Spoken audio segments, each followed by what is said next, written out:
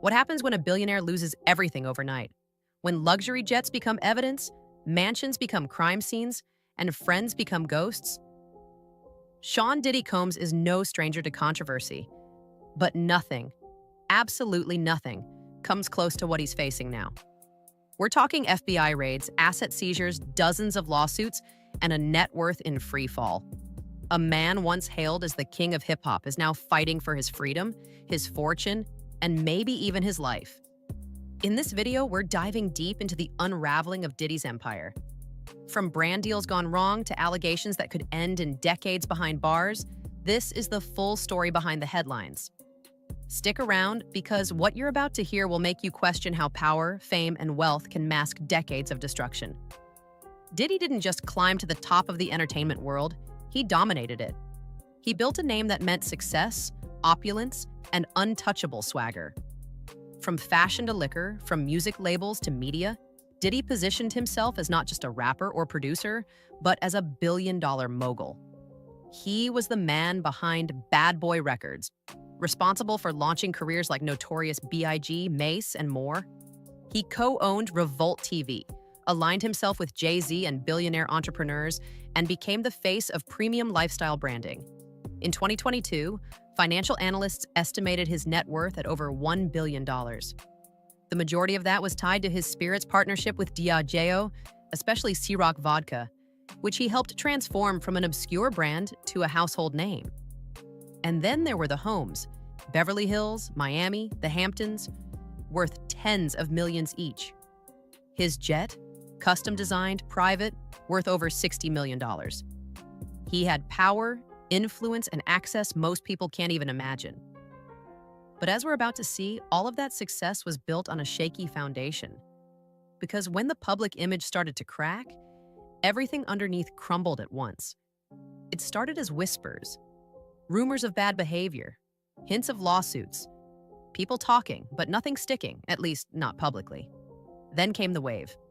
One after another, lawsuits started surfacing. Allegations of rape, sex trafficking, abuse, drug-fueled parties, physical violence, manipulation, and more. These weren't tabloid rumors anymore. These were official legal complaints, filed by multiple accusers from different periods of his life. Suddenly, Diddy found himself surrounded, not just by lawyers, but by federal agents. The FBI raided his Beverly Hills estate in a high-profile operation. His private jets were seized, his financial records subpoenaed, and his homes treated as crime scenes. Prosecutors began preparing a full-blown RICO case, the same type used against mafia bosses and drug lords. And just like that, the man who built an empire on charm and control became a legal pariah. Let's break it down financially, because the numbers tell a brutal story.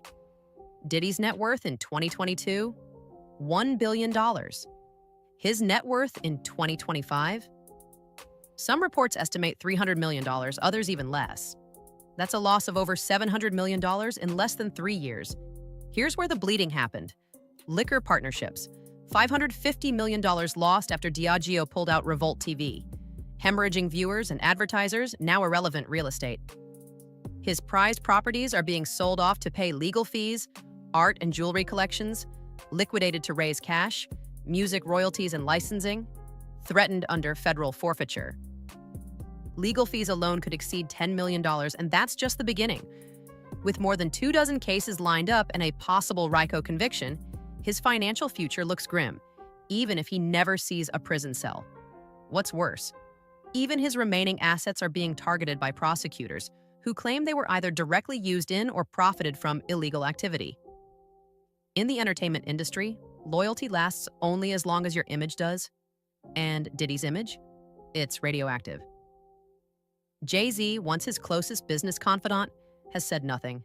No tweets, no public statements, no behind-the-scenes support, just silence. Mark Cuban? Nowhere in sight. Revolt TV executives? Many have resigned. Celebrities who used to party with him? They've unfollowed him, distanced themselves, or quietly scrubbed their names from any joint ventures. Even Mayor Eric Adams, who just months ago awarded Diddy the key to New York City, demanded he return it. To make things even messier, Adams himself is now under indictment for corruption. This wasn't just a career collapse, it was a social execution. The same people who toasted to Diddy's success are now pretending they never knew him. It's impossible to talk about Diddy's rise and fall without talking about Cîroc. In 2007, Diddy brokered a deal with Diageo, one of the largest liquor companies in the world. He didn't just endorse Cîroc. He became a partner, taking a 50-50 profit-sharing model and acting as the face and CMO of the brand. Under his leadership, Cîroc went from 40,000 cases a year to over 2 million. It became a symbol of elite urban culture, hip-hop celebration, and black luxury. The money? Insane. Over $400 million in profit for Diddy alone. But things went south. Diddy alleged that Diageo was racially profiling him, calling De Leon urban, and failing to treat him as an equal partner. He filed a massive lawsuit, and instead of fighting, Diageo quietly walked away.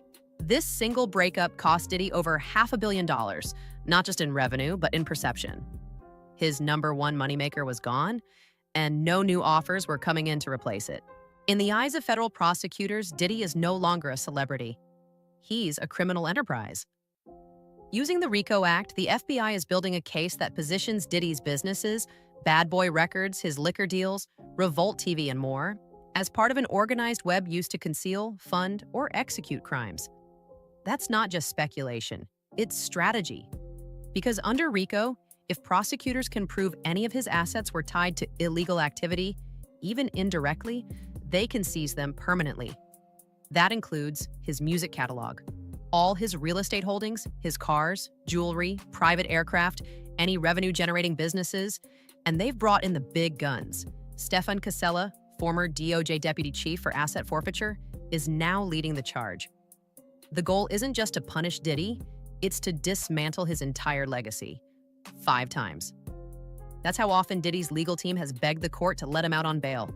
They've offered everything. A $50 million bond, 24/7 private security house arrest at his Miami mansion, no internet, no phone, no passport, no travel. And each time the judge has said, no. Why? Because the court believes that if Diddy is released, witnesses could be at risk. The accusations of intimidation and retaliation aren't just rumors. They've been documented by victims and witnesses in sworn statements. If anything, his repeated bail requests show how desperate and isolated he's become. This isn't a man with options, it's a man watching the walls close in. Cassie's voice has been powerful, but she's not alone. Her friend and former stylist Deontay Nash testified about witnessing violent abuse. After the trial, he wrote to the judge warning, "Diddy is dangerous. If released, he will retaliate. He always does." Another source, rapper Freddie P, issued a public warning. Cassie needs to leave the country. If Diddy can't reach her, he'll go after her friends and family. These aren't baseless claims. They reflect a pattern of fear that has followed Diddy for years. The court is listening. And with every new affidavit, it becomes clearer. This isn't just a celebrity scandal. It's a public safety issue. And just like clockwork, here comes the damage control. After his 5th bail denial, Diddy's team announced he had entered rehab. The timing? Convenient. The motive? Transparent. They're trying to spin this as a journey of healing. But the public and the courts aren't buying it. Because here's the truth. If Diddy really cared about mental health, he had the money, time, and access to seek help years ago. This isn't about healing, it's about manipulating perception.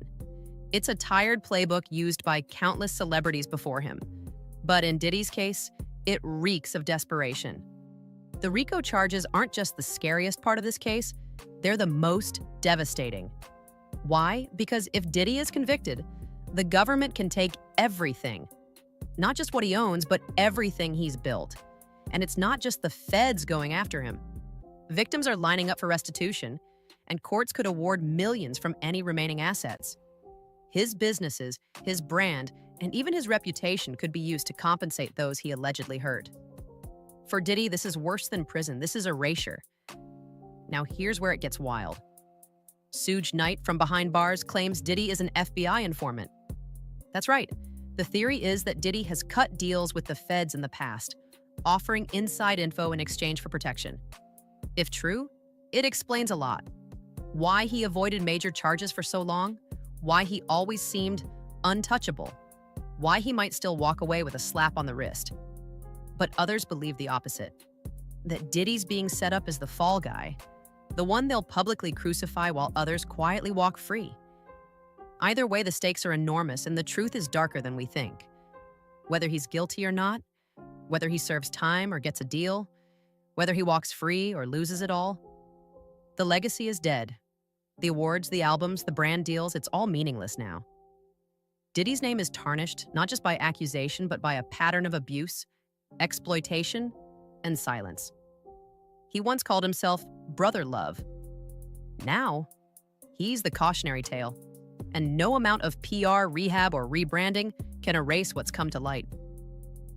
So here we are, a billionaire mogul brought to his knees, an empire built on celebration now crumbling under the weight of its own secrets. Victims finally speaking, the justice system circling, and the world watching. Will Diddy walk free? Will he lose everything? Or is this just Act 1 of a deeper, darker story? Let us know what you think in the comments. And if you want more exclusive breakdowns and deep dives like this, make sure to like, subscribe, and hit that notification bell, because this saga, it's far from over.